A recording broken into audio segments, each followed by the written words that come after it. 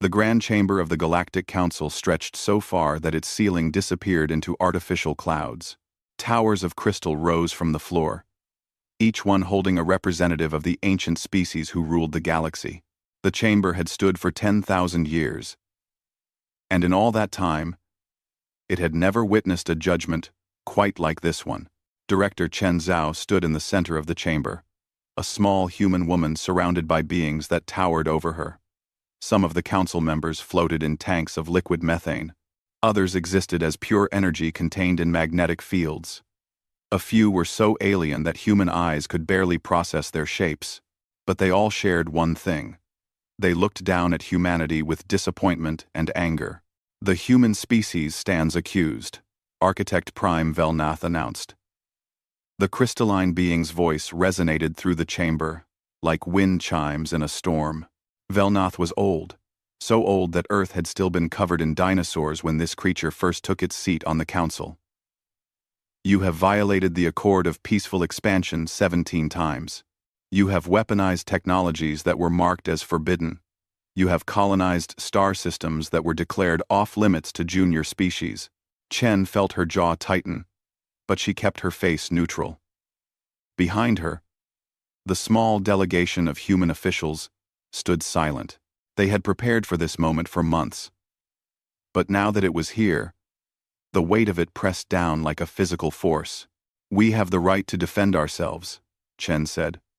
Her voice carried through the chamber, amplified by technology she didn't understand. "When the Vrin raiders attacked our colony on Tau City, the Council did nothing. When the Matherian swarm consumed 3 of our agricultural worlds, you told us it was natural galactic processes. We had to adapt or die." A sound like grinding stones echoed from one of the towers. It was laughter, Chen realized, with a chill. The Vrin representative, Warlord Kresh, found her words amusing. "The weak always make excuses," Kresh said. His 6 arms gestured dismissively. "My people raided your worlds because you were easy prey. If you cannot defend what you claim, you do not deserve to keep it. That is the way of nature." "That is not the way of civilization," Chen shot back. "Or so we thought when we joined this council. We were told there were rules, laws, protection for all species, large and small." Velnath's crystalline body pulsed with light. "The rules exist to maintain order, to prevent chaos. Your species joined the council only 80 years ago. You are children. In galactic terms, children must accept guidance from their elders." "We're not children," Chen said. The words came out harder than she intended. "We're a sovereign species with the same rights as any other." "Rights?" A new voice entered the conversation. This one sounded like music, beautiful and terrible at the same time. The speaker was Ambassador Lyra of the Melodian Chorus, a species that communicated through complex harmonies. "You speak of rights while you tear through the galaxy like a wildfire. In 80 years, you have spread to 247 star systems. It took my people 1,000 years to claim that much space. Perhaps your people moved too slowly," Chen said. The chamber erupted. Voices overlapped in a dozen languages and communication methods. Some of the council members expressed shock. Others showed approval. A few simply watched with the cold calculation of beings who had seen thousands of species rise and fall. Velnath raised one crystalline appendage, and silence fell instantly. "You see?" the Architect Prime said. "This is why we are here today. Humanity refuses to accept their place. They question authority. They push boundaries that were set for good reason. They innovate without considering the consequences. Innovation is not a crime," Chen said. "It is when that innovation threatens the stability of the entire galactic community." Velnath replied. 3 months ago, human scientists on the research station Prometheus developed a quantum weapon capable of destabilizing stars. Do you understand what that means? One ship with that weapon could commit genocide on a scale never before seen. "We never deployed that weapon," Chen protested. "It was purely theoretical research. Theoretical research that your military immediately classified and began working to weaponize, Velnath said. We have evidence of this. The Council's observers have been monitoring your activities closely. Well.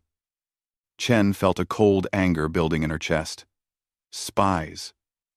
The Council had been spying on humanity's private research, but she couldn't let her emotions show. Not here. Not now. Every species in this chamber has weapons of mass destruction, she said carefully. The Vryn have planet crackers. The Melodians can broadcast harmonics that drive entire populations insane. The Xanthid Collective has biological weapons that make our worst nightmares look tame. Why is humanity held to a different standard? Because those species earned their weapons over millennia of careful development, Velnath said. They proved they could be trusted with such power. Humanity has not. You are reckless, aggressive, unpredictable. These traits made you successful on your homeworld, but they make you dangerous in the galactic community. The words stung because there was truth in them. Humanity had expanded fast, maybe too fast. They had pushed into territories other species had avoided. They had developed weapons and technologies at a pace that frightened their neighbors. But what choice did they have? The galaxy was not a friendly place. Species that moved too slowly got conquered or absorbed. Species that showed weakness got exploited. So what are you proposing? Chen asked, though she already knew. She had seen this coming for months. Economic sanctions? Limitations on our expansion? Forced technology sharing? We are proposing exile, Velnath said. The word hung in the air like a death sentence. Chen felt the blood drain from her face. Behind her, she heard one of her aides gasp. Exile, she repeated, not quite believing what she was hearing. You can't be serious. The Council has debated this matter for 6 standard months, Velnath said. We have reviewed every aspect of human behavior since you joined the galactic community. We have consulted historical records of other aggressive species. We have considered every alternative. The conclusion is unanimous. Humanity must be removed from Council space. Where would we go? Chen demanded. You control 90% of the habitable galaxy. Are you sentencing 20 billion humans to death? We are giving you a chance to survive on your own terms, Velnath said.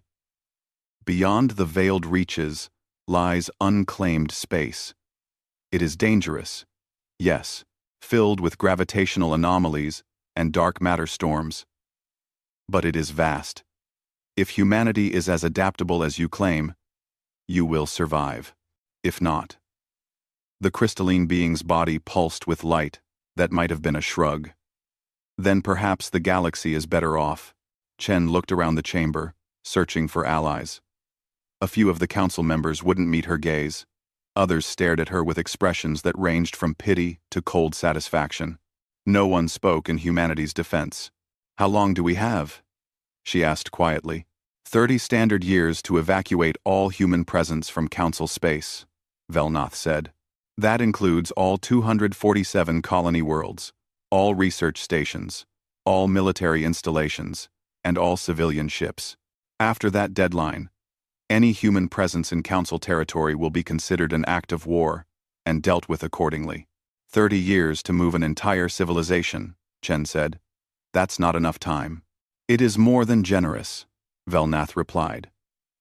Other species proposed 10 years. Some suggested immediate deportation. 30 years is a compromise. Chen felt the weight of 20 billion lives pressing down on her shoulders. She thought about Earth, the cradle of humanity, which would have to be abandoned. She thought about the colonies, some barely established, where people had invested their whole lives building new homes. She thought about the children born on distant worlds who had never seen Earth but considered those planets their true homes. Can we appeal this decision? She asked, knowing the answer. The Council's judgment is final, Velnath said. There is no appeal process for matters of galactic security. Chen took a deep breath. She had one card left to play, though it was a weak one. If you exile us, you create an enemy. Humanity will not forget this. We will not forgive it. You're taking everything we've built and throwing us into the void. What happens in 50 years? 100? What happens when we come back stronger? The chamber fell silent. Several council members stirred uncomfortably. But Velnath's crystalline body remained perfectly still. If humanity returns, the Architect Prime said slowly, they will find the council ready to meet them. We have defended the galaxy for 10,000 years against threats far greater than one angry species. We are not afraid of you, Director Chen. We are simply tired of dealing with you. The words were delivered without emotion, which somehow made them worse. Chen realized in that moment that the council didn't hate humanity. They didn't fear humanity. They simply found humanity inconvenient, like a persistent problem that needed to be removed. I have one last statement, Chen said. Her voice was steady now, cold and clear. You judge us for refusing to stagnate. You punish us for daring to grow faster than you think we should. You exile us for having the audacity to defend ourselves when you would not. Fine. We'll go. We'll take our 20 billion people, and our 247 worlds, and our dangerous innovations, and we'll build something new out in the void. She paused, making sure every council member was listening. But history will remember this moment. History will remember which of us was wiser. You, sitting here in your ancient chamber, clinging to rules that are 10,000 years old, or us, willing to face the unknown rather than accept a cage, no matter how gilded. Chen turned her back on the council, a gesture of disrespect that would have gotten her executed in some cultures. Her delegation followed her as she walked toward the chamber's exit. The massive doors opened before them, revealing the corridors of the council station beyond. Behind her, Velnath's voice echoed through the chamber one last time. 30 years, Director Chen. Not 1 day more. Chen didn't respond. She kept walking, her mind already racing ahead to the monumental task before her. 30 years. To evacuate an entire civilization. 30 years to prepare humanity for exile in the most dangerous region of known space. 30 years to transform from refugees into something else entirely. The doors closed behind her with a sound like thunder. In the chamber, the council members began to discuss other matters, already moving on from the human problem. They had made their decision. They had protected the galaxy from a dangerous, unpredictable species. In their minds, they had done the right thing. They had no idea what they had just unleashed. As Chen walked through the corridors of the council station, past representatives of a dozen species who now looked at her with pity or contempt, she made herself a promise. Humanity would survive this. They would adapt, as they always had. And someday, somehow, they would prove the council wrong. The exile would not be humanity's end. It would be their beginning. The first ships left Earth 3 months after the council's judgment. They were massive generation ships, each one carrying 200,000 people and everything they would need to survive for decades. Behind them came the colony arcs, slower but more heavily loaded with equipment, frozen embryos, and seed banks. Military vessels formed protective rings around the civilian ships, their weapons charged and ready for any attack. No attack came. The Council kept its word on that much at least. They gave humanity safe passage out of Council space, though they made sure to watch every step of the journey. Council observers tracked every ship, counted every person, and made detailed records of everything humanity took with them into exile. Captain Sarah Kim stood on the bridge of the generation ship Perseverance and watched Earth shrink in the view screen behind them. She had been born on Earth 32 years ago, had spent her whole life there until joining the Exodus fleet. Now, she was watching her homeworld disappear, knowing she would never see it again. Captain, we're receiving distress calls from the second wave, her communications officer reported. 3 colony arcs are experiencing engine malfunctions in the Mars orbital path. They're requesting assistance. Quote, Sarah felt her stomach tighten. It was starting already. The Council had given humanity 30 years to evacuate, but they hadn't offered any help. Every ship, every piece of equipment, every resource had to come from humanity's own reserves. And those reserves were stretched thin. Dispatch repair teams, she ordered. Have the Memphis and the Shanghai slow down to provide support. We can't afford to lose those arcs. Yes, Captain. The Perseverance continued its journey outward, past Mars, past Jupiter, toward the edge of the solar system where the rest of the fleet was gathering.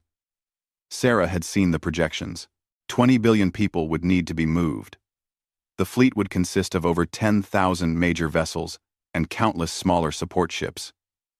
It would be the largest migration in human history, and they were heading into the veiled reaches, a region of space that no sane species would voluntarily enter. Sarah pulled up the data on her console, reviewing what little information humanity had managed to gather about their destination. The veiled reaches were a massive region of space between the galactic arms, filled with dangerous anomalies. Dark matter storms could tear a ship apart in seconds. Gravitational whirlpools created by collapsed stars made navigation nearly impossible, and scattered throughout the region were the ruins of dead civilizations, species that had tried to claim that space and failed. It was a death sentence, disguised as exile. But it was also the only option humanity had. The first year of the Exodus was brutal. Ships broke down constantly. Food production systems failed. Water recyclers malfunctioned. People got sick. And medical supplies ran low. Worse, morale began to crumble as the reality of their situation set in. They were refugees, with no home to return to, heading into unknown dangers with no guarantee of survival. Sarah spent most of her time dealing with emergencies. A fire in the hydroponics bay. A hull breach in Section 7. A violent fight between two families competing for limited resources. Every day brought new problems, and every problem had to be solved with limited tools and stretched supplies. But humanity adapted. They always adapted. Engineers worked miracles with broken equipment, finding ways to repair systems that should have been unrepairable. Doctors developed new treatments using limited medicines. Agricultural specialists modified crop growth patterns to work with less water and energy. People learned to live with less, to cooperate more, to see the entire fleet as one extended family fighting for survival. 5 years into the journey, something unexpected happened. A research vessel called the Galileo, exploring ahead of the main fleet, discovered a derelict station floating in the void. It was enormous, easily 5 times larger than any council station. And it was old. Analysis suggested it had been abandoned for at least 50,000 years. Dr. Marcus Chen, the lead scientist aboard the Galileo, sent back excited reports. The station's technology was unlike anything humanity or the Council had ever seen. Its power systems still functioned, drawing energy from the fabric of space itself. Its computers, though damaged, contained vast databases of information, and its construction methods suggested a level of advancement far beyond what the Council had achieved. This changes everything, Marcus said during a video conference with the fleet's leadership. His face filled Sarah's screen, his eyes bright with excitement despite the exhaustion that showed in every line of his face. Whoever built this station was playing with physics in ways we've barely theorized about. If we can understand even a fraction of their technology, we might actually have a chance out here. Sarah felt a flutter of hope in her chest, the first real hope she'd felt in 5 years. How long will it take to study? Years, Marcus admitted. Maybe decades. But we have to try. This could be the key to our survival. The fleet leadership made a decision. A portion of the Exodus fleet would continue deeper into the veiled reaches, searching for a suitable location to establish a permanent home. The rest would remain near the derelict station, studying it and trying to unlock its secrets. Sarah volunteered to stay with the research group. The Perseverance became a mobile base of operations, with engineering teams working around the clock to explore the ancient station. What they found astonished them. The station had belonged to a species called the progenitors, though humanity only learned that name from fragmentary records. The progenitors had been ancient beyond comprehension, and their technology reflected it. They had mastered manipulation of space-time itself, creating devices that could bend gravity, compress distance, and tap into energy sources that shouldn't exist according to Council physics. More importantly, they had mapped the veiled reaches in extraordinary detail. The gravitational anomalies that made navigation so dangerous weren't random. They were the remnants of ancient progenitor engineering projects, megastructures so vast that they warped space-time itself. And the dark matter storms weren't natural phenomena. They were defensive systems, still active after tens of thousands of years, protecting something deeper in the reaches. Dr. Sarah Kim, who had become the chief scientist studying the station, made the breakthrough that would change humanity's fate. She was examining the station's propulsion systems when she noticed something odd. The gravitational anomalies that made the veiled reaches so dangerous could be used as a form of faster-than-light travel far superior to anything the Council possessed. Council jump gates worked by creating artificial wormholes between two fixed points. They were reliable, but slow, and they required massive infrastructure at both ends. The progenitor technology was different. It used the natural gravitational fluctuations of the reaches to slingshot ships across vast distances almost instantaneously. Sarah spent 6 months developing a working prototype. The first test flight nearly killed the crew when the ship materialized inside a small asteroid. The second test worked perfectly, transporting a probe across 50 light-years in less than a minute. The third test took Sarah herself on a journey that should have taken months. She traveled from the derelict station to the forward elements of the Exodus fleet in 3 hours. When she emerged from the test ship, shaking but triumphant, she knew humanity had found their advantage. The Council had exiled them to a prison. Humanity was turning that prison into a fortress. The Exodus continued, but now with purpose and direction. The forward fleet had found Sanctum, a massive rogue planet that orbited 3 dim stars in a complex gravitational dance. The planet was tidally locked, with one side facing the stars and the other in perpetual darkness. But the twilight band between them was habitable. More importantly, Sanctum sat at a gravitational nexus point, making it ideal for the new, faster-than-light system Sarah had developed. 15 years after leaving Council space, humanity established its first permanent settlement in the veiled reaches. They called it New Hope, a city of 5 million people built into the rocky canyons of Sanctum's twilight zone. Above the planet, shipyards took shape, constructing new vessels using progenitor technology combined with human innovation. The Exodus fleet continued spreading throughout the reaches. Every week, new colonies were established. Research teams explored more ancient ruins, finding more progenitor technology. Engineering crews built networks of habitats and stations connected by the new travel system. Humanity didn't just survive in the veiled reaches, they thrived. Cut off from Council trade, they were forced to develop their own solutions to every problem.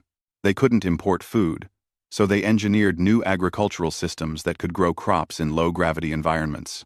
They couldn't buy advanced medical equipment, so they developed organic mechanical hybrid systems that could regrow damaged organs. They couldn't purchase weapons from the galactic market, so they built their own, using principles learned from progenitor technology. The children born during the Exodus grew up knowing only this life. They had never seen Earth. They had never lived under Council rule. They knew only that their parents and grandparents had been exiled for being too dangerous, too innovative, too unwilling to accept limits. That knowledge shaped them. 20 years after the Exodus began, Fleet Admiral James Rodriguez stood on a viewing platform above New Hope and looked out at what humanity had built. The city had grown to 20 million people. The shipyards above the planet could construct a new vessel every day. And scattered throughout the veiled reaches, nearly 300 colony worlds housed humanity's growing population. "We've done well," said Director Chen Zhao, who stood beside him. She was old now, her hair white and her face lined with wrinkles. But her eyes were still sharp. "Better than I dared hope when the Council passed their judgment." "The Council thought they were sending us to die," James said. They thought the reaches would kill us. Instead, the reaches made us stronger, Chen replied. Out here, we had to innovate or perish. No council regulations holding us back. No ancient species telling us what we could or couldn't research. Just survival and progress. James nodded. Below them, the city pulsed with life. He could see the research towers where scientists worked on projects that would have been forbidden in council space. He could see the military academies training a new generation of soldiers.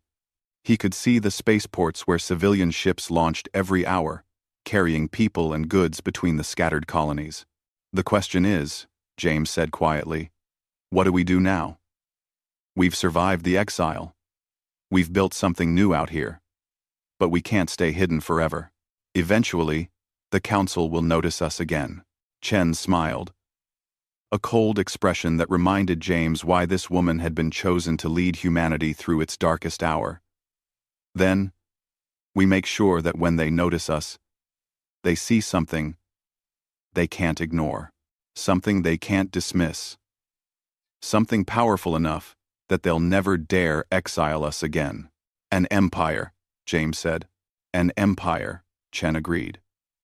But not like the ones the council knows. Not an empire built on conquest and subjugation. An empire built on innovation and determination. An empire that stretches across this entire region of space, using technology the council doesn't understand and can't counter. She turned to look at James directly.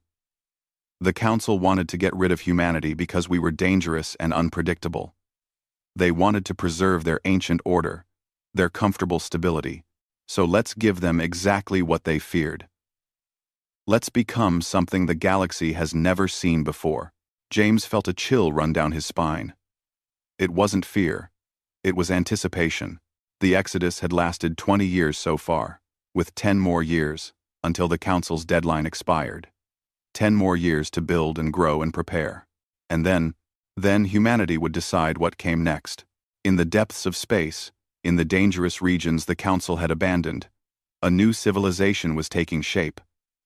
It was human, but it was also something more. Forged in the fires of exile, tempered by the challenges of the veiled reaches, shaped by the ancient technology of species long dead, the Council had tried to remove a problem. Instead, they had created their own worst nightmare, and the clock was ticking.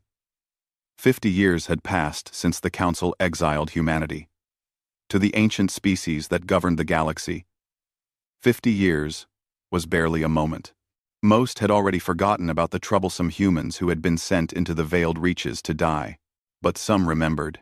Inquisitor Kalesh of the Vryn stood in his war chamber, studying the reports that had been filtering in over the past 6 months. The Vryn were warriors by nature, their culture built on strength and conquest.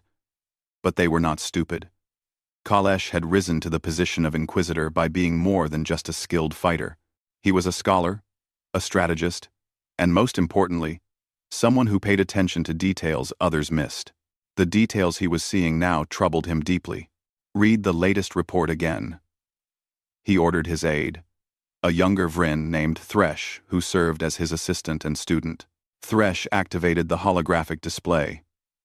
3 weeks ago, a pirate fleet operating near the Veiled Reaches border went silent. 17 ships, all heavily armed, all experienced raiders. They were last seen entering an asteroid field on the edge of Council space, pursuing a merchant vessel. And, Kalesh prompted, though he had memorized every word of the report, search teams found the pirate ships 5 days later. All 17 vessels were intact. No hull breaches, no signs of battle damage. But every crew member was dead. Medical analysis suggests they all died simultaneously, from what appears to be massive neural trauma, as if their brains simply stopped working. Kalesh said softly, "Yes, Inquisitor. The medical teams have no explanation. The ship's logs show nothing unusual. One moment the pirates were preparing to board the merchant vessel, the next moment they were all dead." Kalesh's 4 eyes narrowed. His 6 arms moved restlessly, a sign of deep thought. And the merchant vessel they were chasing? Disappeared. No trace of it in the system. Jump gate records show no ship matching its description leaving through any of the nearby gates. Show me the other incidents. Thresh changed the display. More reports appeared, each one more disturbing than the last. A council patrol that vanished near the Reach's border. Their ships found months later drifting empty in deep space. Unidentified vessels detected moving through council territory without triggering any jump gates. Impossible, according to known physics. Encrypted transmissions picked up by council monitoring stations, using a code that no council AI could break. And always, the incidents clustered around the border of the Veiled Reaches. The council leadership dismisses these as unrelated anomalies, Thresh said. They say the Veiled Reaches are unstable, that strange things happen near gravitational anomalies. They refuse to authorize a full investigation. The council leadership are old and comfortable, Kalesh said. They see only what they want to see. But I am Vryn. My people understand that the greatest danger comes from the enemy you've forgotten about. He made his decision. Prepare my personal ship. We're going to the Reaches. Inquisitor, that's forbidden without council authorization. If you're caught, then I'll deal with the consequences, Kalesh interrupted. But I will not sit here while something dangerous grows at the edge of our territory. Someone needs to investigate. It might as well be me. 3 days later, Kalesh's ship crossed into the Veiled Reaches. He brought only a small crew, volunteers who understood the risk they were taking. Going into the Reaches violated council law. If they died out here, no one would come looking for them. The first week was uneventful.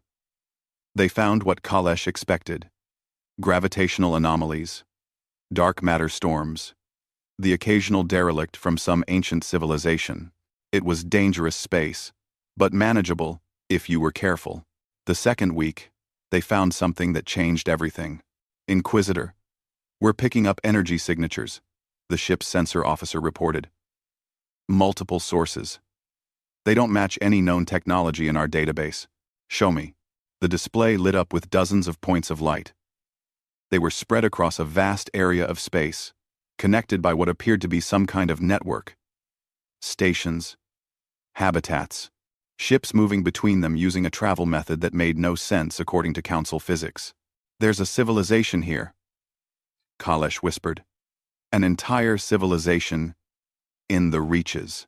Could it be survivors from one of the extinct species? Thresh asked. No. Look at the construction methods. The materials. This technology is recent. Within the last few decades, Kalesh felt his pulse quicken. It's them. It's the humans. Impossible, Thresh said. The council sent them here to die. They couldn't have survived, let alone built all of this.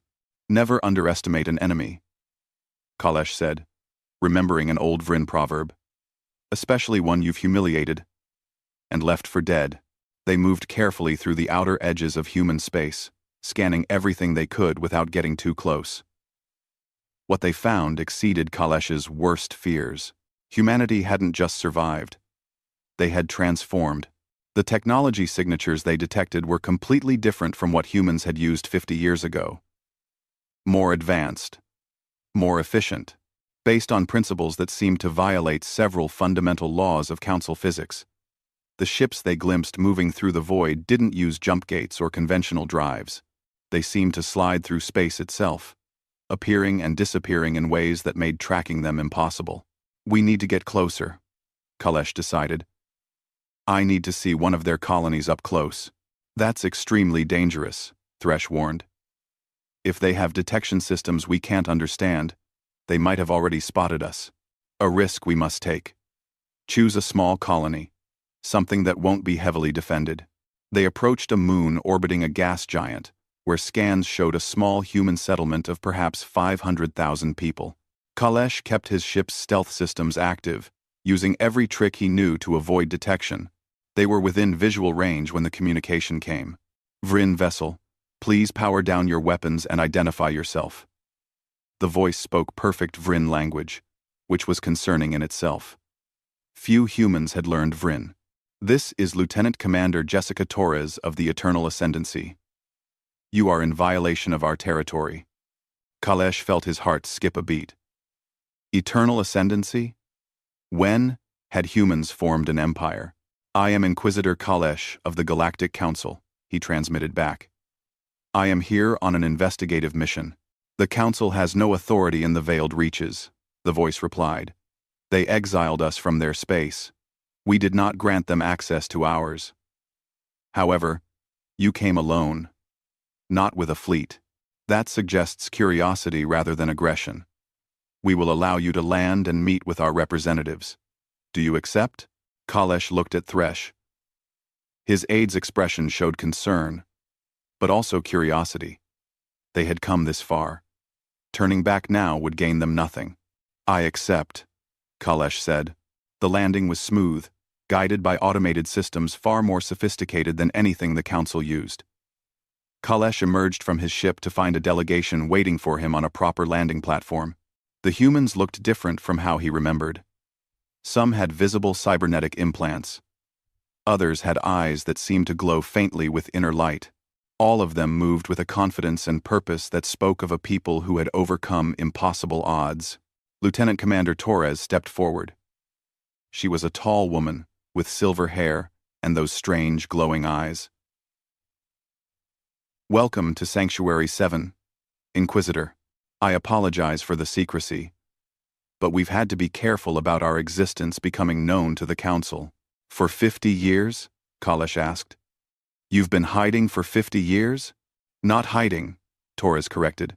Building, learning. Becoming something more than what we were when the Council cast us out. She gestured to the colony around them. Come, let me show you what humanity has accomplished. What Kalesh saw over the next 3 days shook his understanding of what was possible. The humans had found ancient technology in the Reaches. Technology from species called the progenitors. They had studied it, reverse-engineered it, and combined it with their own innovations to create something entirely new. Their cities were partially biological, buildings that grew and adapted to their inhabitants' needs.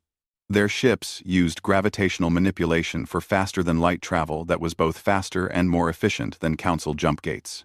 Their weapons could disable electronics from a distance, or worse, could target biological systems directly. That explained the dead pirates. Their brains had been overloaded by a neural weapon that left no physical trace, but it was the people themselves that disturbed Kalesh most. Many humans had undergone modifications that blurred the line between biological and mechanical. Some had enhanced their cognitive abilities with neural implants. Others had improved their physical capabilities with cybernetic limbs or bioengineered muscles. A few had taken it even further, becoming something that was no longer quite human. You're creating a post-biological civilization, Kalesh said to Torres, as they watched workers assembling a new ship in orbit. We're creating whatever we need to be to survive and thrive, Torres replied. The Council wanted us gone because we refused to accept their limits. Out here, there are no limits except the ones we impose on ourselves, and we've decided to impose very few. This is dangerous, Kalesh said. The Council has rules about biological and cybernetic modification for good reasons. Species that go too far down that path lose themselves. They become something other than what they were. Good, Torres said simply. What we were got us exiled and nearly killed. What we're becoming will ensure that never happens again. On the 4th day, Kalesh met with someone called Imperator Marcus Reeves. The title alone was concerning. Imperator suggested military authority, possibly dictatorial rule. But Reeves turned out to be a middle-aged man with an easy smile and thoughtful eyes. Inquisitor, Reeves greeted him. I hope Lieutenant Commander Torres has made you comfortable. It's rare that we have visitors from Council space. I'm here without authorization, Kalesh admitted. The Council doesn't know about your existence. Most of them think you all died decades ago. We know, Reeves said. We've been monitoring Council space carefully. We have agents throughout the galactic community, humans who look and act normal, but who report back to us about Council activities. Spies, Kalesh said flatly. Information gatherers, Reeves corrected. We're not planning to attack the Council, Inquisitor. We simply want to make sure they don't attack us first. After what happened 50 years ago, can you blame us for being cautious? Kalesh couldn't. If his people had been exiled like this, they would have spent every moment planning revenge. The fact that humans seemed more interested in building than destroying was actually reassuring. What do you want me to do with this information? Kalesh asked. I assume you didn't welcome me here just to show off your accomplishments. We want you to make a choice, Reeves said. You can return to Council space and report what you've found. The Council will mobilize their fleets, try to destroy us before we become too strong. Many will die on both sides, and the outcome is far from certain. Or, Kalesh prompted, or you can join us, share your knowledge. Help us prepare for the day when we reveal ourselves to the Council on our own terms. We're building something new here, Inquisitor. Something better than the stagnant empire the Council has maintained for 10,000 years. We're not just humans anymore. We're the eternal ascendancy, and we welcome all species who want to grow beyond their limitations. Kalesh felt torn. His loyalty to the Council ran deep. He had served them for over 2 centuries. But he also saw the truth in Reeves' words. The Council was stagnant. They had maintained the same structures, the same rules, the same hierarchies for millennia. They punished innovation and rewarded conformity. The humans offered something different. Dangerous. Yes. Unpredictable. Certainly. But also vibrant. With possibility. I need time to think, Kalesh said. Of course, Reeves replied. Take all the time you need. But I should warn you. If you return to Council space and report what you've found, you'll become a target. We have too much invested in our secrecy to let it be compromised easily. It was a threat, delivered politely but unmistakably. Kalesh appreciated the honesty. He spent a week in human space, touring more colonies, meeting more people, learning more about what humanity had become. He saw universities where students from a dozen species studied together, all of them refugees or volunteers who had left Council space to join the Ascendancy. He saw research facilities pushing the boundaries of science in ways that would have been forbidden under Council law. He saw a military that was smaller than he expected, but equipped with technology that would terrify the Council.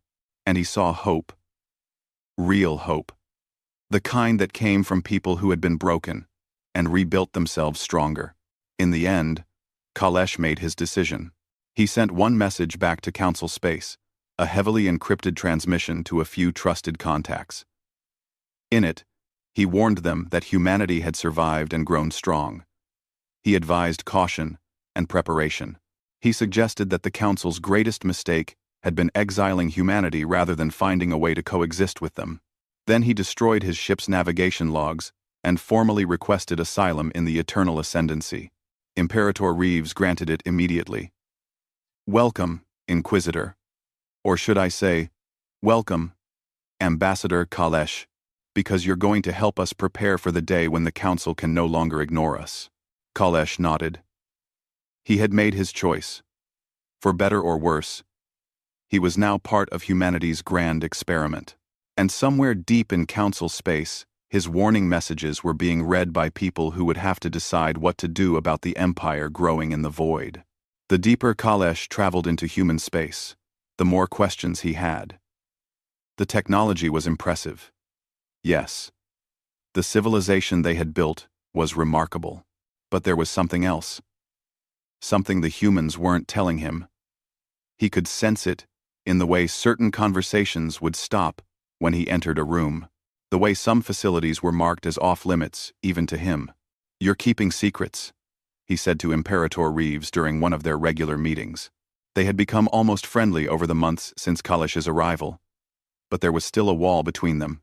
Reeves didn't deny it.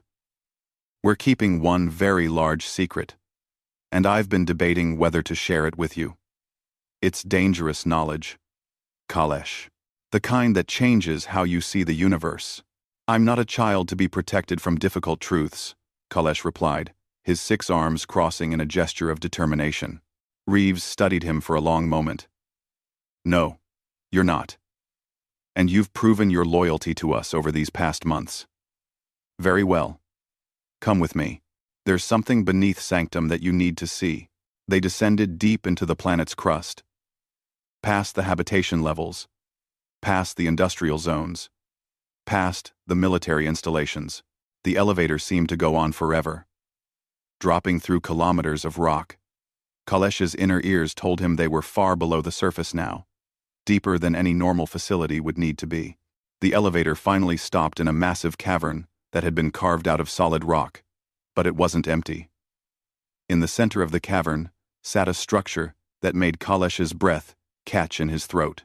It was a perfect sphere, 30 meters in diameter, hovering a meter above the floor without any visible support. Its surface was covered in symbols that hurt to look at, geometric patterns that seemed to shift and change when viewed from different angles. The air around it hummed with barely contained energy. What is this?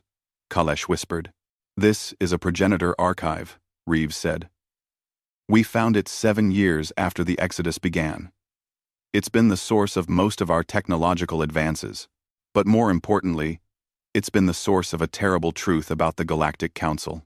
Reeves gestured, and the sphere responded.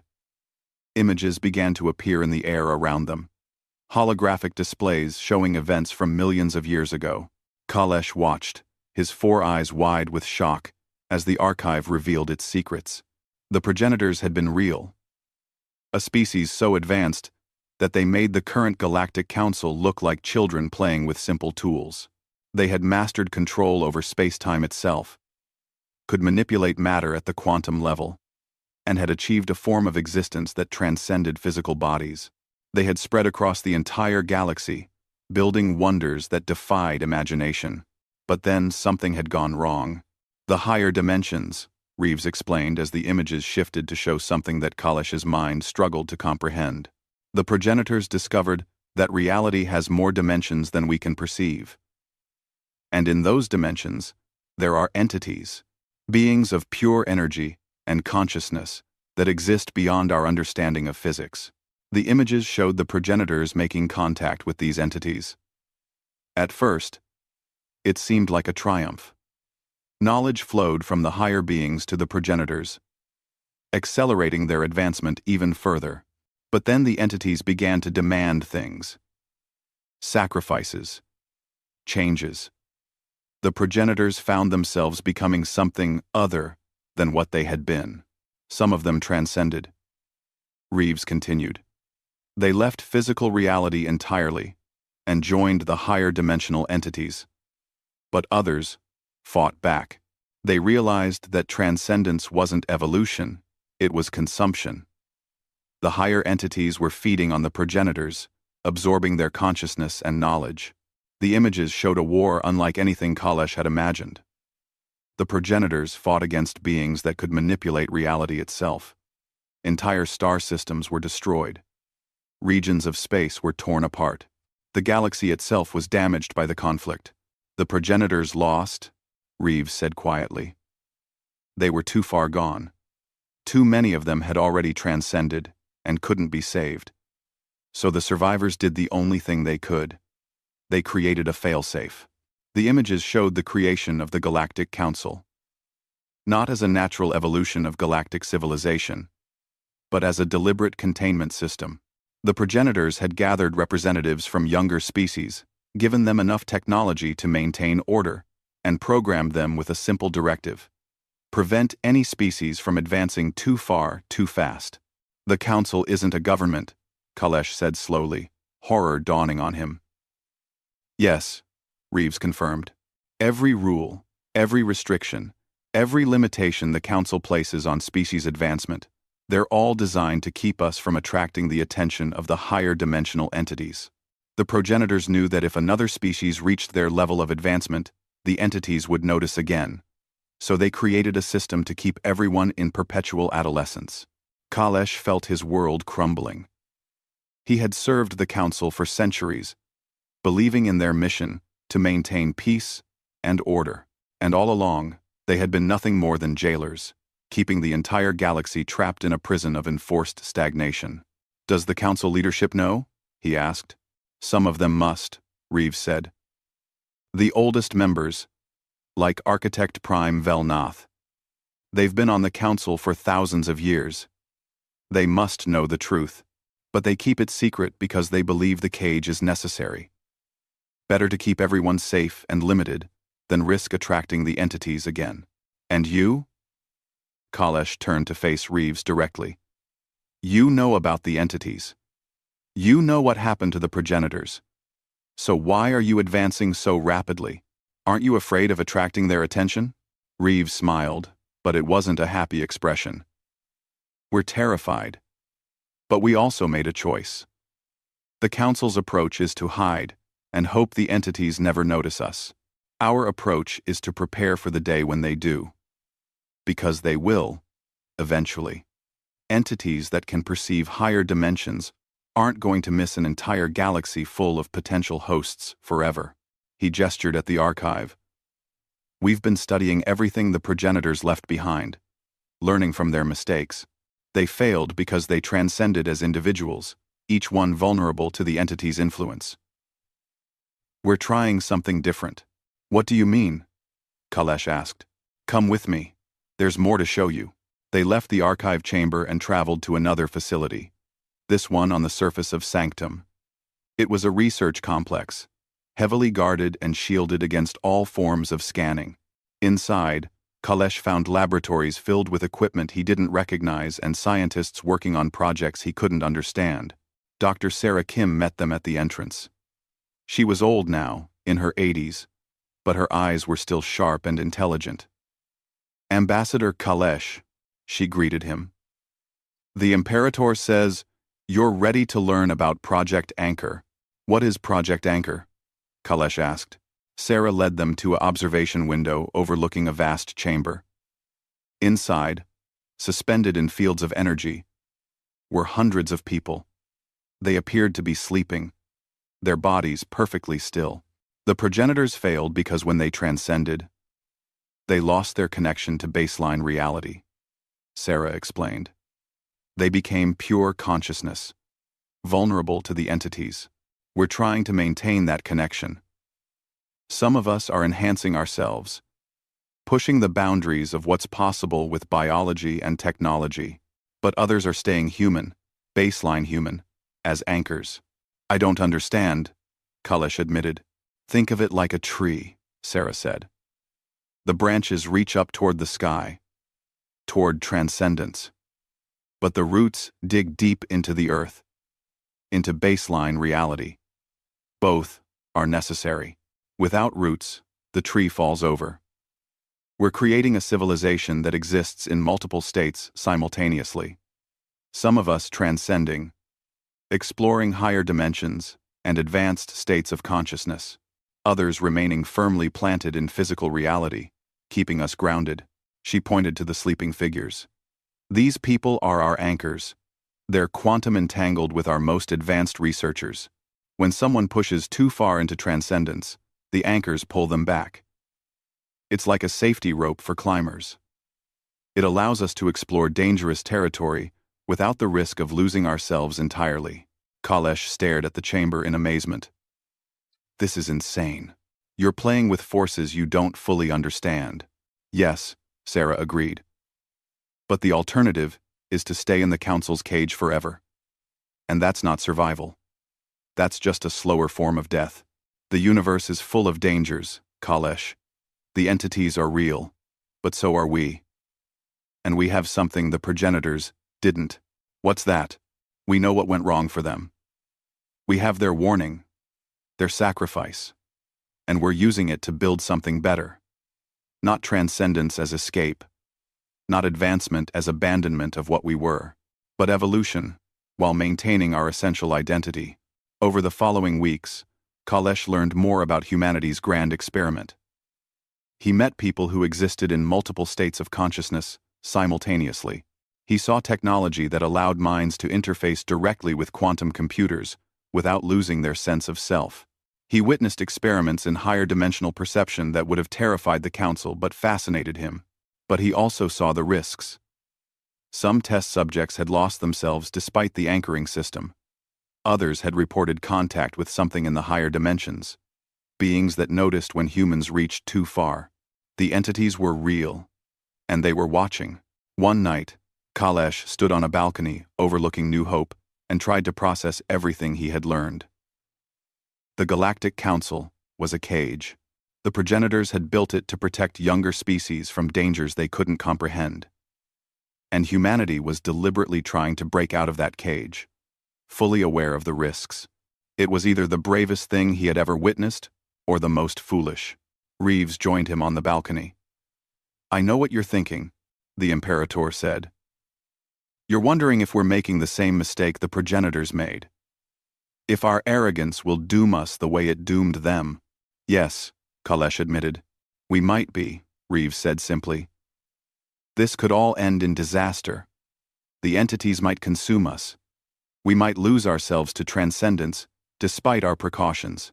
We might attract attention from things worse than what destroyed the progenitors. But we're going to try anyway. Because the one thing we can't do is nothing."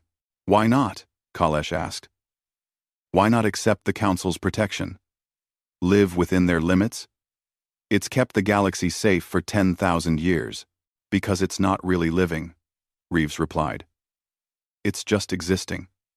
The Council has maintained the same civilizations, the same technologies, the same structures for millennia. Nothing changes. Nothing grows. Everyone just goes through the motions, afraid to take risks, afraid to push boundaries, afraid to become more than what they are. That's not life. That's stasis." He looked up at the stars visible above them, hundreds of points of light in the darkness. "We never have. It's what got us exiled, and it's what's going to save us. Because if the entities do come for us, we'll fight. We'll adapt. We'll find a way to survive. That's what humans do." Kalesh felt something shift in his understanding. He had thought humanity's advancement was reckless, dangerous, foolish. But maybe it was necessary. Maybe the only way to survive in a universe full of predators was to become strong enough that predators thought twice about attacking. "What happens when you reveal yourselves to the Council?" he asked. "Because you will eventually. You can't stay hidden forever." "We'll offer them a choice," Reeves said. "Join us in evolution or stay in their preserve of enforced safety. Some will join. Some won't. Either way, the galaxy is going to change. The progenitor's cage is breaking, Kalesh. Not because we're destroying it out of spite, but because it was never meant to hold us forever. The progenitors hoped that younger species would eventually grow strong enough to face the entities without being destroyed. We're trying to be that species." "We have. And if you're wrong?" Kalesh asked. "If the entities come and you can't stop them?" Reeves smiled. "Then at least we'll die free. Better to burn bright and fast than to dim slowly in a cage. That's the human way. Always has been. Always will be." Kalesh looked out at the city of New Hope. At the ships moving through the void above it. At the constellation of human colonies stretching across the veiled reaches.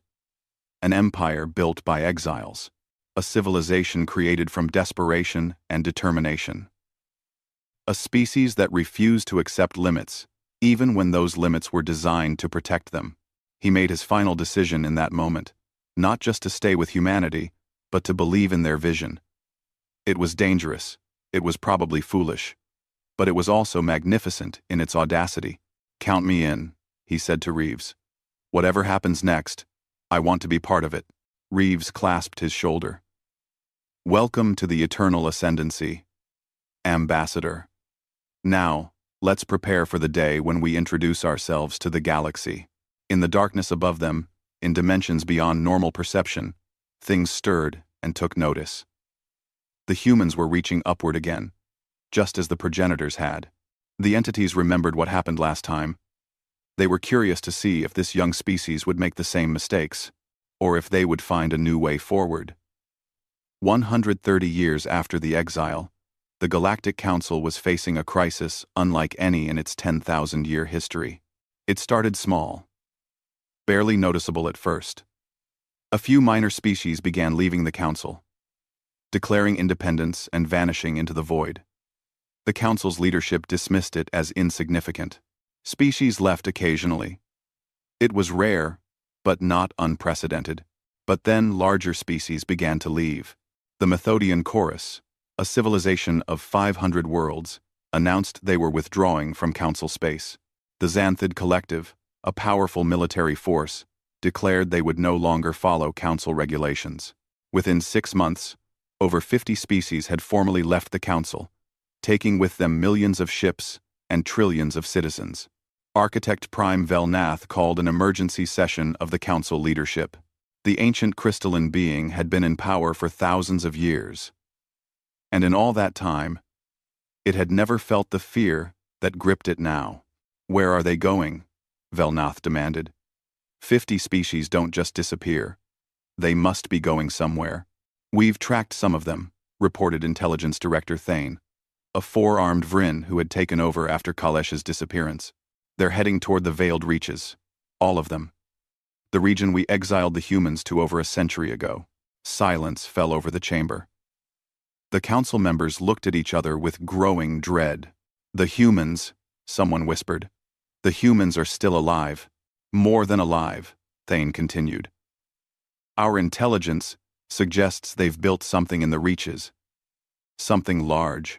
We've intercepted communications, fragments of data, reports from traders who claim to have done business with a civilization called the Eternal Ascendancy.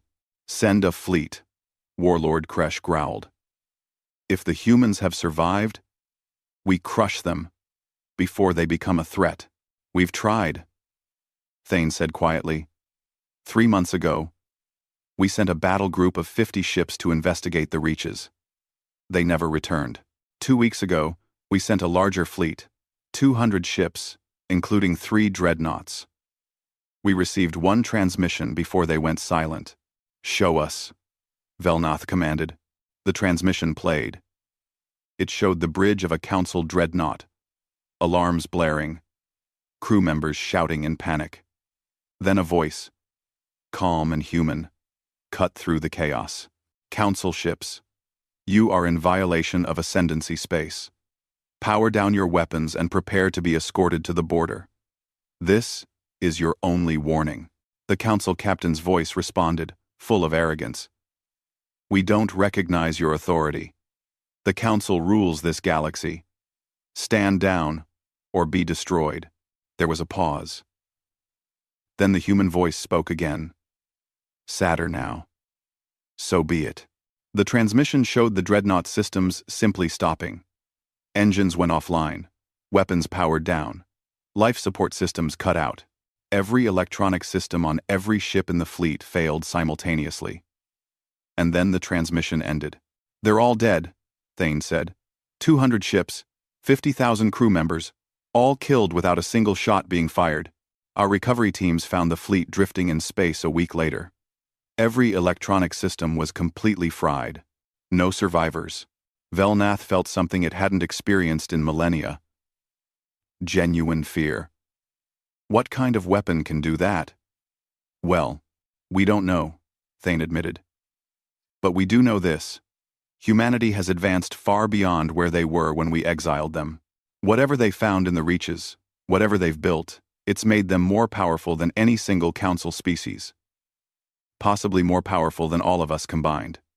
1. "That's impossible," Kresh protested. 130 years? "No species advances that quickly. Humans do," said a new voice. Everyone turned. Standing in the entrance to the chamber was a figure they all recognized, though he had been gone for decades. Kalesh walked into the room, his 6 arms spread in a gesture of peace. "You're alive," Velnath said, shock evident in its voice. "We thought you were lost in the Reaches." "I was found in the Reaches," Kalesh corrected. "By humanity. I've spent the last 70 years living among them, learning from them, and helping them prepare for this moment. I've come as their ambassador, Architect Prime. They sent me to deliver a message. You're a traitor, Kresh snarled, reaching for his weapons.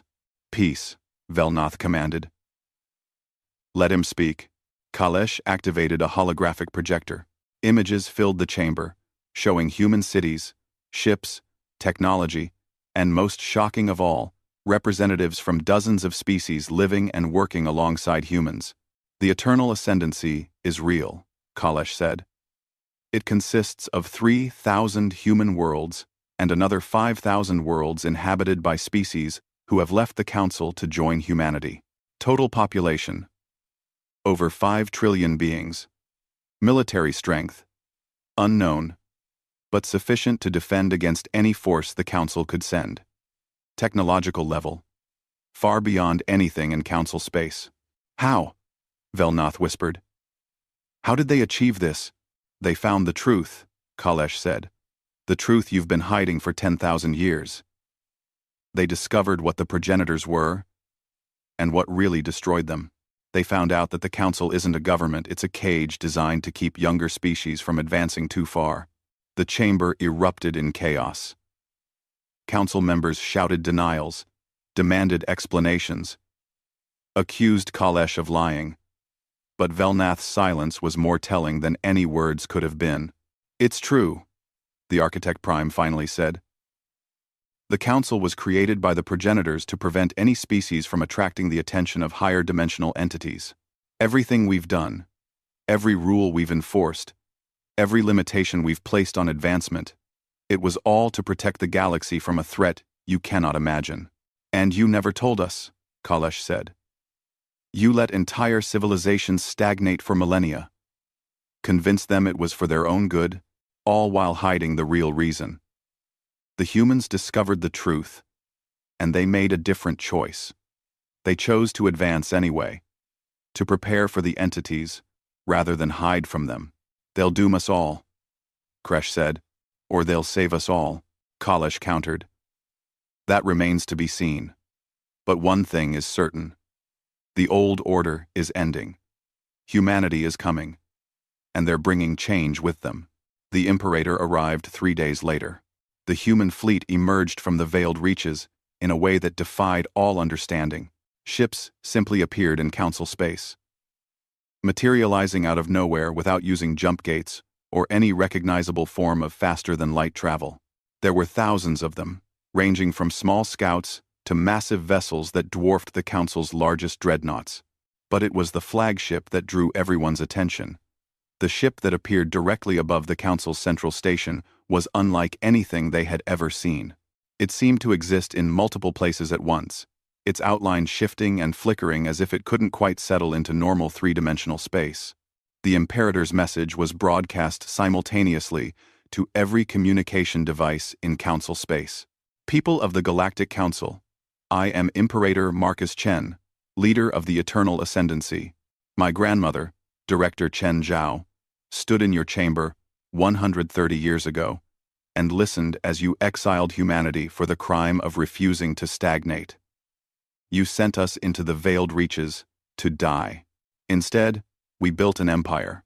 The transmission showed images of the Ascendancy, cities that blended organic and technological design in ways that looked like art, ships that could fold space itself, and most importantly, citizens from hundreds of species living together in harmony and prosperity. We didn't come here for revenge, the Imperator continued. We came to offer you a choice. The Council was built on a lie. The lie that safety requires stagnation. We offer a different vision. Advancement through courage. Growth through innovation. Survival through adaptation. We invite all species, all individuals, all beings who want more than the limited existence the Council offers to join us. We have technologies to share, knowledge to offer, and an empire to build. But we also respect those who wish to remain within the Council's protection. Velnath's response was immediate. You speak of choice, but you threaten our entire way of life. The entities are real. The danger is real. If you advance too far, you'll attract their attention and doom us all. The entities are already watching, The Imperator replied calmly. We've made contact with them. Or rather, they've made contact with us. And yes, they're dangerous. But they're not all-powerful. They're beings from higher dimensions. But that doesn't make them gods. It makes them different. And we've learned how to exist in their presence without being consumed. The transmission showed something that made several council members cry out in shock. Humans working with entities, beings of pure energy and impossible geometry, communicating across dimensional boundaries, learning from each other rather than destroying each other. The progenitors failed because they tried to transcend as individuals, the Imperator explained. Each one became vulnerable to the entity's influence. We've taken a different approach. We exist in multiple states simultaneously. Some of us have transcended. Yes, we've pushed into higher dimensions, enhanced our consciousness, become something more than baseline human. But others have remained firmly rooted in physical reality, creating a network of quantum-entangled consciousness that spans our entire empire. We call it the eternal ascendancy because we exist across multiple states of being. We're simultaneously physical and transcendent, biological and post-biological, individual and collective. We're human, but we're also more than human. And we're stable, in a way the progenitors never achieved. Velnoth listened with growing horror and fascination.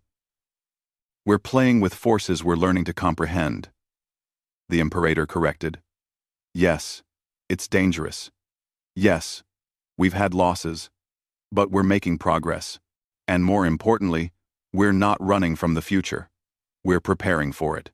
The Imperator's image shifted, and suddenly, he was standing on the bridge of his ship, surrounded by a crew that included humans, Vryn, Methodians, and a dozen other species.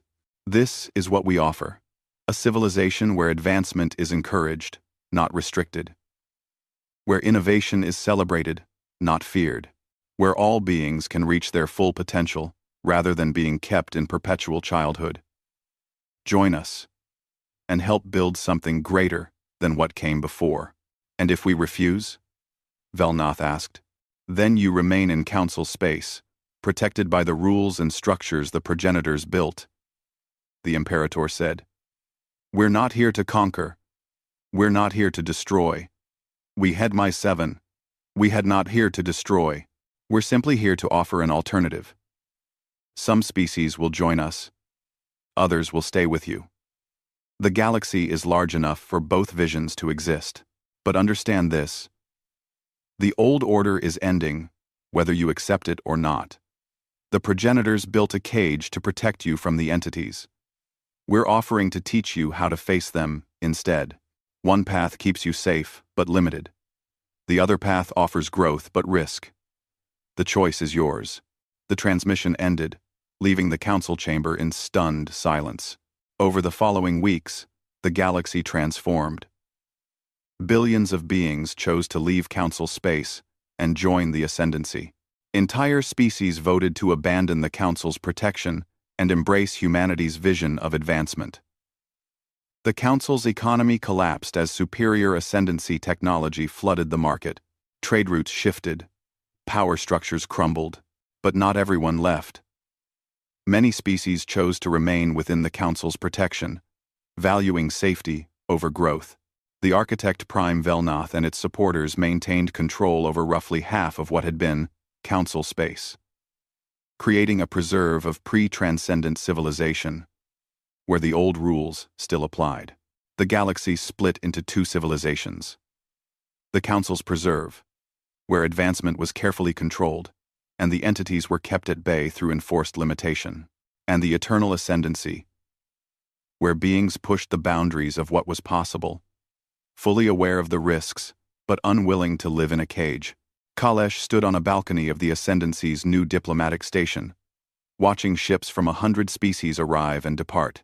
Beside him, Imperator Marcus Chen reviewed reports from the frontier worlds where humanity was establishing its first trans-dimensional colonies.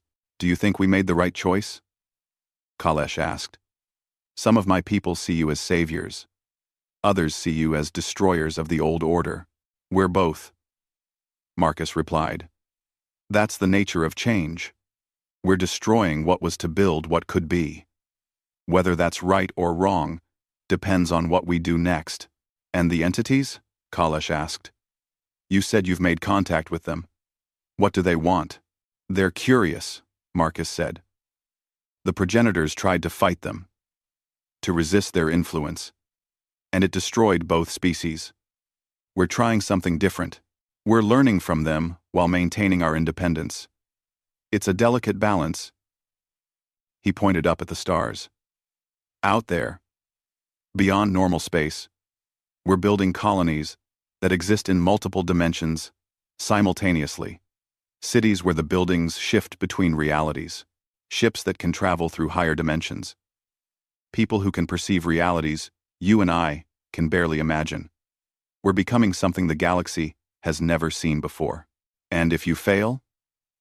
Kalesh pressed. If the entities consume you the way they consumed the progenitors, then at least we tried, Marcus said. The Council's approach was to hide and hope. Our approach is to grow strong enough that we can face whatever comes. One way leads to safety and stagnation. The other leads to risk and possibility. I know which one I prefer. He turned to face Kalesh directly. Your people have a saying. The warrior who never risks death never truly lives. That's what humanity learned in the veiled reaches. We were sent there to die. But instead, we discovered how to truly live. Now we're offering that same choice to the galaxy. Kalesh nodded slowly. Below them, a ship departed for the frontier, carrying colonists who would help establish humanity's trans-dimensional empire.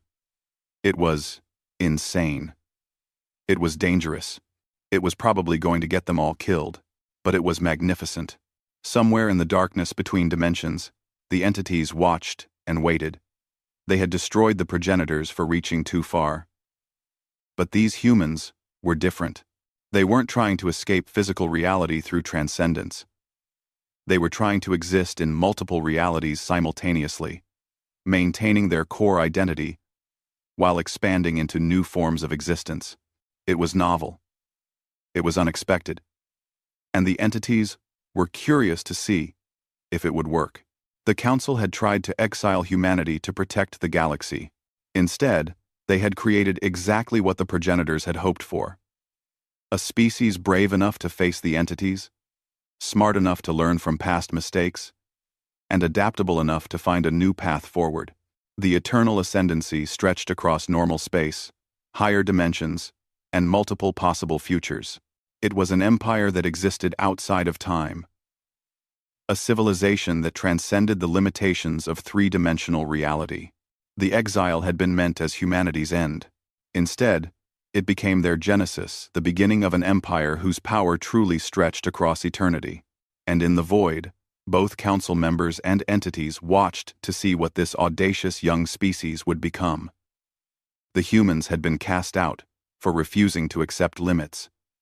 Now, they were redefining what was possible. The future was uncertain. The risks were enormous. But one thing was clear. The galaxy would never be the same again. The cage was broken. The future was open. And humanity, along with all those who chose to join them, was reaching for the stars and beyond.